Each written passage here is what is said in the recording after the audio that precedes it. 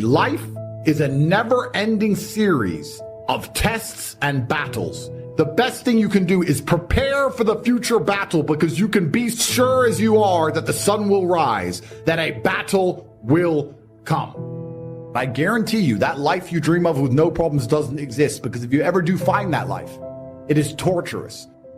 Every single man of value went through trauma. It's going to be painful to get strong, painful to get rich. Your heart's going to get broken a bunch of times. You have to be prepared for the pain. If you're not ready for pain, you're never going to be anything that matters. Like I said, I am glad for everything that happened to me. I wouldn't change a thing. I thank God for all of it. So truthfully, I think I'm lucky, I've been blessed. The reason I talk about these things is not to tell people I've had a hard life. It's to make it clear to people who are complaining about their own lives that the bad things that are happening to you are what you need to become the man that you want to be. I can't talk about women because I'm not one. I actually think trauma is terrible for women because it masculinizes them. They become cold. And that's not attractive, right? We want feminine, pure, protected women. I don't want a woman to ever go through anything bad in her life. I think a man should go through it for her and protect her, because I think that's how she's her best self as a woman. But I think to be your best self as a man is the absolute opposite. And when someone emails me and says, "This has happened to me," I'm like, good. How else are you going to become important? How else are you going to find endless fire to get up and struggle in the face of the competition that's out here in the world? You're going to do all that with a nice, cushy life?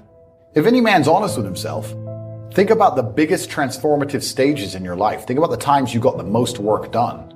It was a bad part of your life. You were heartbroken, or, you lost a house, or broke, or whatever. That's when you did shit. When everything was fine, it's kind of doop-de-doop-de-doo, little by little, do a little bit of work, do a little bit of relax. But the big events come from trauma. It's a cheat code. It's a cheat code to climb the mountain. So when I get a message from whoever and he goes, "My wife left me, I'm devastated," I say, I understand. I completely understand how hard it can be to lose a woman that you've given your entire life to. If you're truly heartbroken, my friend, and we've all been there as men, you better hit the gym. You have nothing else to do. Stop watching YouTube. Stop emailing me. I want pictures of you in the gym. Get to fucking work. Heartbreak's a fantastic motivator, as is depression, as is sadness. Great. Look at what's pissing you off and make sure it never happens again. If you were jacked and rich as fuck, she probably wouldn't have left your ass. So get your shit together. Trauma is such an important part of being a man. And the Matrix talks of trying to say that trauma is terrible and avoid trauma, or if you get trauma, take a pill, and that's unrealistic. Trauma is going to happen to you, and you as a man need to internalize it, accept it, and weaponize it to become the best version of yourself you can be. And that requires mental strength and stoicism. You need to get very comfortable and very used to the idea of understanding that on your path to greatness, there are going to be long periods of time where you hate what you are doing, where you are dissatisfied with the actions you must undertake, where you are tired, where you are stressed. That is why most people won't make it. If the path was easy, everybody would walk it and it would lead nowhere. 100 people start the path, 99 fall off because it is difficult, and the one person who makes it to the end gets the gold. If all 100 made it to the end and the gold was divided by 100, it wouldn't even be worth anything. The difficulty gives it value. The fact that it is difficult to do is the key component into the fact you want it in the first place. If it wasn't difficult, everyone would have it and you wouldn't want it because no one would respect it. It's supposed to be hard. Life is supposed to be hard. You're supposed to think this is terrible and smile through the pain regardless. Discipline is the key to success in all realms as a man. And if you lack it, you stand no chance. You can give most people a roadmap to success. You can give them a Ferrari with a full tank of gas, and a lot of people still wouldn't make the destination because they would say the drive is too far away.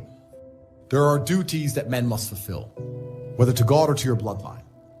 Your own father's ashamed of you, and you don't even feel fucking motivated to do shit. If you were to go and look your father in the eye and said, "You know what, I could have been a UFC champion, I could have been a multimillionaire, I could have been a race car driver, I could have been a fucking nuclear physicist, could have done all these things, but I was busy on Pornhub." You think he's gonna be proud of you? As good as I am, I still push myself to the limit every single fucking day. I have every single thing a man could possibly want. I'm still pushing myself. This is your prerogative as a man, but you need to be instilled with a sense of duty to your bloodline. You must want it. You need to want it deep inside your soul. I can't die as anything less than emperor. I think all men are born with a masculine desire to conquer Earth. And I think you're only going to be happy if you're conquering. But if you're living a semi-comfortable life and your mother is nice to you and you're not under any pressure and the matrix is telling you it's fine to just be average, well, then you're going to be sitting there being average. I was never comforted. I was never given an easy life. I never had anyone in my life who was saying, don't worry, Andrew, it's okay. I was told the opposite all the time. I don't know if the fire inside of me is any bigger than it is inside of every other man.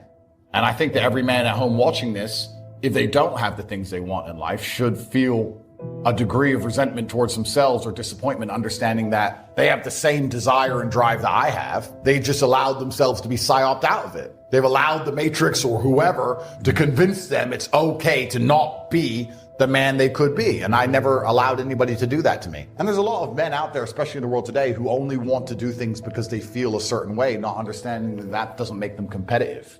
And I think that the correct mental model for men to have is a degree of stoicism and not to be too concerned with even how they feel.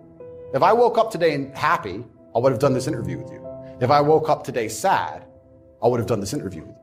What's the difference? Why put so much importance on my emotion if certain things must be done? I must work, I must train, I must resist the matrix. I've got things to do. So why are we going to sit around and talk about how I feel if it doesn't even affect how I act?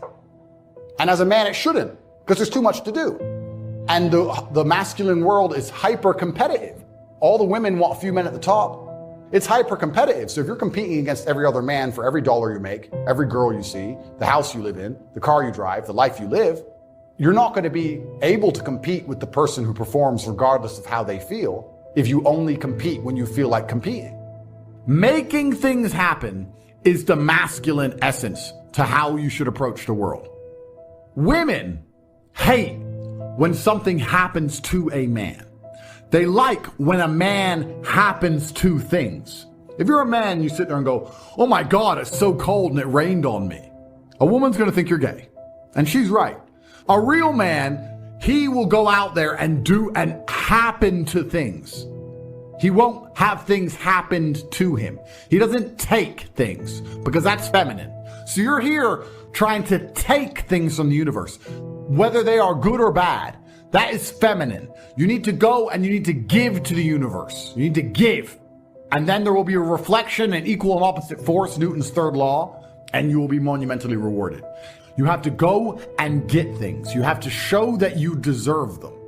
And you should be very careful when you talk in general, especially around women, talking about things happening to you. So I could say to a woman, the Romanians locked me up and put me in jail and took all my cars. Instead, I say, I told the truth against the matrix and they feared me. So they counterattacked. I did it to them. They didn't do shit to me. I did it to them. And when they counterattacked, I used it as an opportunity to do more push-ups than ever before. I've never done so many daily push-ups in jail. And I became a more formidable opponent. I became a better version of myself. So who won? I'm still breathing. I'm still renowned. I'm still alive. Who won here? I won. I got to explore a brand new level of the map. I got a brand new experience. I got to build further on my mental fortitude. Where's the loss? What did I lose? Some money? You're not strong. You don't love anybody. If you love your women and you love your children, you're strong. If you sit and say, I love them, but I'm tired. Don't love them that much. Men are based on their utility. We are based on what we can do for others. That's what we're based on. And if you're weak, you don't have utility. Because the essential and most important utility as a man is to resist enslavement. And weak people can't. That's why weak leaders are the worst. You can't be a good friend to any other man if you're weak. Because you can have the best of intentions for me. When push comes to shove, you can either do nothing or will sell me out. What else can you do? Weakness is the most disgusting thing on a man. Women know it. Women smell it. There's a reason they love strong men. And I really believe if you love anybody, you're going to try your very best to become strong. That's not just physically. It's mentally, it's financially, it's in all ways. But all of them are important. I see people on Twitter who have a body like mine and they're on steroids when I'm not. And that's their whole personality. And I see people on Twitter who have money less than me, and that's their whole personality. And I see people on Twitter who get girls and that's their whole personality. And I see people on Twitter who are famous, this whole person. I tick every box, and I'm constantly pushing all the time because I know that I get to show more love to the people I care about, the better I become. My love has utility. You ever seen a flea? One of the smallest insects. But for his height, a flea can jump, has a 36-inch vertical. The average person can't do that. If you capture the flea and you put him in a mayonnaise jar and you put the lid on it, so here he go. He start jumping, but he gonna hit himself on that lid. But after a while, after getting knocked down so many times, the flea makes an adjustment. He got 36 vertical, but since this lid is on, his environment got him now jumping nowhere near what he can. Them fleas have babies. So now guess what? The flea is born with a 36-inch vertical, but because he see his mama and daddy jumping just barely to the roof, you know what he do? He duplicates that behavior. Until you take the top off of your mayonnaise jar, you're gonna duplicate your surroundings. If you take an oak tree seed and you put it in a 2-foot pot, will never become the oak tree that oak trees are capable of becoming. Now check this out. Ain't nothing wrong with the seed. Seed just fell prey to the environment. You are a seed from God. Don't you allow your environment to dictate the oak tree that you become. Get away from these people that's in your life that ain't doing nothing. Get away from them. I had to do it. When I told everybody I was getting into comedy, man, you can't get into comedy. You ain't even funny. How you gonna make money telling jokes? I never gave up because I dreamed so big. I want so big because the God I serve is big. Man, you owe yourself something. Go be free. Go see what God got for you. Oh, Steve, that's easy for you to say. You rich. Hell, did you hear me? I lived in a car for 3 years. Just jump. Go see what God got for you. Quit sitting here in your life posturing like it's okay. Don't ask for security. Ask for adventure. Better to live 30 years full of adventure than 100 years safe in the corner. Now here's why you should take the chance. Name me one time God has not pulled you through. If he ain't pulled you through it, he's currently pulling you through it right now. And the reason I know I'm telling the truth is because you're sitting in here. When he wakes you up, it's because he ain't through with you yet. He got something else for you. So why don't you go see what that is? I'm a hood dude with no education.